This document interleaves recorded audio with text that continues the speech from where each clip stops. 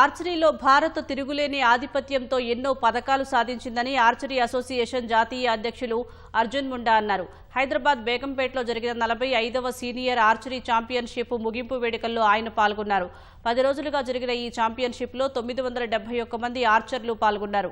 ముగింపు వేడుకల్లో అర్జున్ ముండా సహా రాష్ట్ర క్రీడా శాఖ ప్రత్యేక ప్రధాన కార్యదర్శి జేఎస్ రంజన్, ఆర్చరీ అసోసియేషన్ అధ్యక్షులు టి రాజు, ఇతర రాష్ట్రాల ఆర్చరీ అసోసియేషన్ల అధ్యక్షులు, కోచ్లు పాల్గొన్నారు.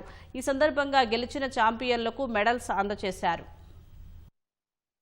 तेलंगाना आर्चरी एसोसिएशन का पूरा मेहनत, हमारे जितने भी कोचेस हैं, जजेस हैं, इन सारे लोगों के कंट्रीब्यूशन से ये टूर्नामेंट बहुत अच्छा हुआ और हमारे आर्चर्स ने बहुत अच्छा परफॉर्म किया।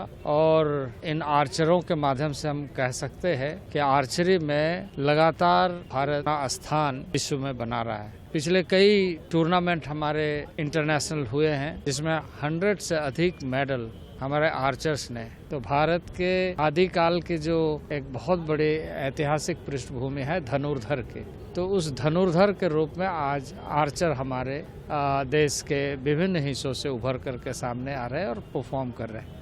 తెలంగాణ ఆర్చరీ అసోసియేషన్ ఆధ్వర్యంలో 45వ NTPC senior national archery tournament for men and women ప్రతిష్టాత్మకంగా నిర్వహించి విజయవంతంగా ఈ రోజు నాడు దీన్ని ముగించుకొని ఇక్కడ అద్భుతమైన ప్రతిభను 971 మంది ఆర్చర్స్, దాంట్లోపల ఒక 25 మంది వరకు అర్జున అవార్డీస్ ఉండడం అనేది మనకు గర్వకారణం.